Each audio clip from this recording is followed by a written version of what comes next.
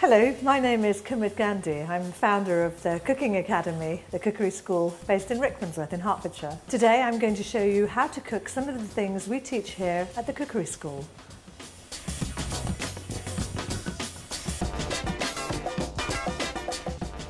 I'm going to show you how to cook Japanese rice.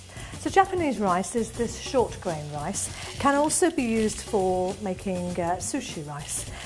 In fact, the only key difference here is that with sushi rice you add the vinegar so that then that makes the rice then sort of adaptable for sushi, rolling sushi. So first of all we're going to start by washing the rice, and this is quite a key and important part of cooking rice per se, whether it's Japanese rice, Thai rice or Indian rice.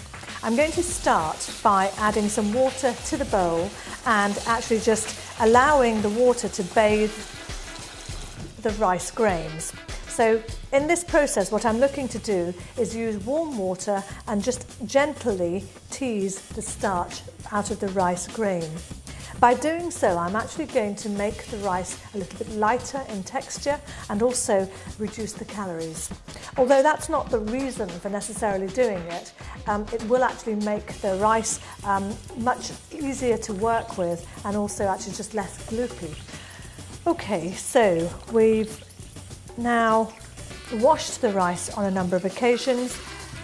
I'm just waiting for the water to become clear, which it is, and now we're ready to actually use the rice. I'm going to actually drain away this water so that I can measure perfectly the amount of water left in here, which should be very little, and then I can add my rice into my pan.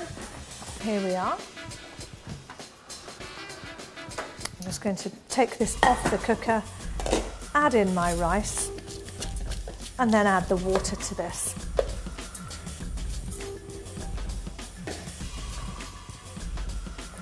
I'm just about going to cover the rice with the water and then pop it onto the heat. I'm also going to add a teaspoon of salt and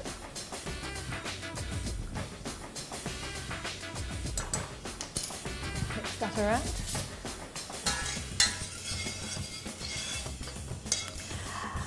I'm actually going to put the lid on whilst I'm waiting for it to come to the boil, so that actually, that process, to speed up the process and to not lose any of the essential steam that's going to be cooking the rice.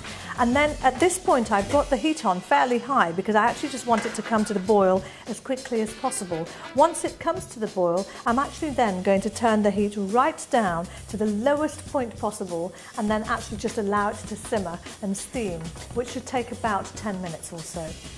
I generally tend to use a glass lid because that then sort of negates the temptation to take the lid off and see how the rice is doing.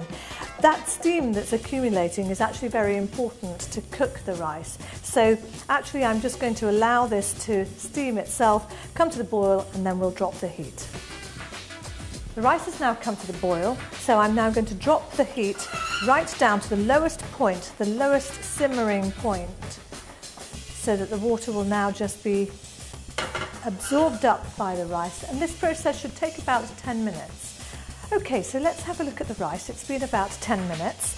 I can see through the glass lid that the water has completely been absorbed, and so let's take this off. I'm just going to switch the heat off and then just have a look at this and take the heat away.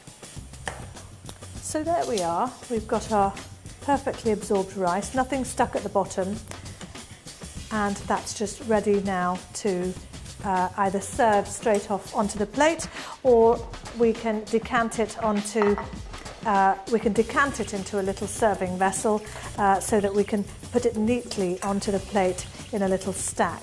Especially if you're going to be serving some sort of curry with this dish, maybe a katsu curry or something along those lines, then it would be very nice to put it into a mould just so that it sits nicely on the plate rather than sort of a big mound of it just on there. So I'll pop this in here.